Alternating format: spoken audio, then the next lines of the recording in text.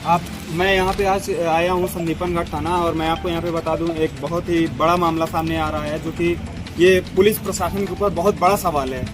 जो कि एक कौशाम्बी में उमरछा गांव का मामला है, और यहाँ पे कुछ लोग हमारे साथ उपस्थित हैं। इनका कुछ आरोप है कि इनकी जो बहन है, इनकी जो बेटी है, इनके साथ मारपीट किया गया, उनको भगा दिया गया, मार के दफना दिया गया। इसका भी कोई जानकारी अभी नहीं हुआ। 3 दिन का मामला हो चुका है। ये मामला 27 तारीख का है, जो कि शादी लड़की की हुई है बसेड़ी में शादी हुई, और ये 3 दिन से लापता। जो उनके हस्बैंड है लड़की के, उनका भी ये कहना है कि मुझे नहीं पता है, और वो खुद को आके थाने में सरेंडर कर दे रहे हैं और पता नहीं चल पा रहा है। तो सारा मामला हम आपको बताएंगे, और इन्हीं के सामने मैं आपको बताऊंगा। तो मैं इनसे बात करूंगा और इनको सारी जानकारी मैं आपको बताऊंगा। क्या मामला है? हमारी लड़की है साहब, हमारी लड़की सत्यवती है, बसेड़ी में शादी हुई है 2018 में, जो कि बार बार जो है अभी 1 साल 2 साल तो सही रही। उसके बाद इतना ज़्यादा पीड़ित करते थे, इतना ज़्यादा मारपीट करते थे, ना उसको ढंग से खाना देते थे, ना कपड़ा देते थे, सब कुछ मैं यहीं से पूरा करता था। बार बार जो है अधिक मारते थे, और जब भी जाते तो 1 बार 2 बार समझाते भी थे। उसके बाद भी जो है मारपीट समझा कर चले आए। फिर उसके बाद फिर मारपीट शुरू कर दिया। एक बार अधिक मार दिए, जो हाथ टूट गया था, फिर चौकी में सूचना दिया, 100 नंबर पर फोन किया तो गए, फिर भी हाथ भाग गए। फिर उसके बाद गाँव के लोग पंचायत करने आए, फिर उसके बाद समझौता किए। उसके बाद फिर बार बार मार करके लड़की 3 दिन से गोल कर दी। यहाँ जब कर दिए, बाहर हो गई, 1 बजे गोल हुई 27 तारीख को। उसके बाद जो है 27 तारीख को गोल होने के बाद 6 बजे हमें सूचना दिया। सूचना देने के बाद अब यहाँ प्रशासन शुरू करते हैं। तो कहीं कहते हैं वहाँ चौकी जाओ, हम कहते हैं यहाँ आओ। चौकी जाते हैं तो कहते हैं थाने जाओ, तो थाने आते कहते हैं चौकी जाओ। प्रशासन की समझ में नहीं आ रहा क्या करें क्या नहीं। क्या नाम है आपका? राजेश कुमार। राजेश, आप लड़की की लड़की के पिता हैं। लड़की के पिताजी हैं। आपका क्या नाम है? सत्येंद्र कुमार। सत्येंद्र कुमार जी, आप मेरे को पूरा मामला ये बताइएगा। आप उनके भाई हैं? भाई।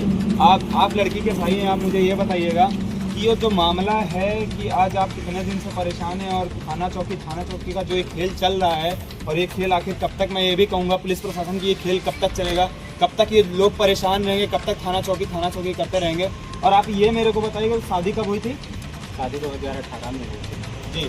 2018 में शादी होने के बाद क्या ये मामला जो आप अभी बता रहे हैं, जिसके लिए आप भाग दौड़ कर रहे हैं, ये पहली बार हुआ है, या आप इसके साथ भी आप कई बार हो चुका है? केस तो इनके साथ पहले भी हो चुका है।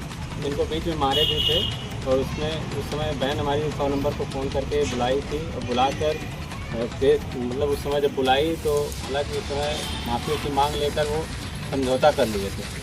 लेकिन बीच में फिर वो मारना पीटना शुरू से करते ही रहे, बंद नहीं किए। लेकिन 26 तारीख को क्या हुआ कि 27 तारीख को हमको पता चलता है कि वो बहनोई हमारे घर आता है, बोलता है कि आपकी बहन घर से नहीं है, पता नहीं कहाँ चली गई। और उसके बाद 6:30 बजे चला जाता है। फिर हम वहाँ से आते हैं, यहाँ पे एक ये देते हैं एप्लीकेशन देते हैं। तो यहाँ पे एप्लीकेशन जमा होता है, तो ये कहते हैं जाओ आप चौकी पे जाओ। चौकी पे जाते हैं, चौकी में पता चलता है कि वो एप्लीकेशन ऑलरेडी पहले दे चुके हैं 4:30 बजे। जब 4:30 बजे दे चुके हैं तो वो बोलते हैं कि आपकी बहन के वो एप्लीकेशन हमने जमा कर लिया, जो कि आनंद कुमार दिए हैं, आप लोग घर जाओ। घर गए, घर में बोले कि सुबह आना। सुबह पहुँचे, सुबह बोले कि जाओ थाना आए तो बोल रहे हैं कि जाओ चौकी जाते हैं, तो फिर बोलते हैं कि जाओ थाना पे आते हैं तो कहते हैं कि आपका काम होगा, आप घर जाओ, घर सुबह आना, सुबह हम आपके साथ चलेंगे। तो सुबह फिर जब यहाँ पे आते हैं फिर कहते हैं थाना जाओ। इस तरह से चल रहा है केस। और फिर उसके बाद 28 तारीख को हम लोग घर जाते हैं लड़की के। जब लड़की के घर जाते हैं तो वो लोग वहाँ पे कहते हैं कि जो करना हो कर लो, मार देंगे, फेंक देंगे, जो करना हो कर लो, कुछ नहीं होगा, हम सब झेल लेंगे। इस तरह से वहाँ पे बोला जाता है। फिर हम लोग वहाँ से चले आते हैं, जबकि हम वहाँ पे गए थे पूछने कि कैसे क्या मामला हुआ, लेकिन वो लोग हड़की के साथ हमसे ऐसे बातें करते हैं। फिर हम लोग वहाँ से चले आए, और इसी तरह से आगे ये हमारा केस नहीं बढ़ रहा था। हम सोच रहे हैं कि हम आगे बढ़ेंगे आगे। देखिए, जैसा कि आप देख रहे हैं, बहुत परेशान है सत्येंद्र जी, जो लड़की के भाई हैं। इनका सीधा आरोप है कि ये पुलिस प्रशासन जो यहाँ पे इनका कार्य चल रहा है, कि जैसे इनको आश्वासन दिया जा रहा है, उन्होंने ये 2-3 दिन तक ये आश्वासन का फॉलो करते रहे कि पुलिस के कहने पे कि हम आपके साथ कल चलेंगे, परसों चलेंगे, ऐसा चलेंगे, वैसा चलेंगे। और इनका ये भी आरोप है, इनको 100% ये यकीन है कि इनकी बहन के साथ कुछ ऐसी अनहोनी हो चुकी है, जो 3 दिन होने के बाद भी पुलिस प्रशासन आज तक कोई सुराग नहीं लगा पाई।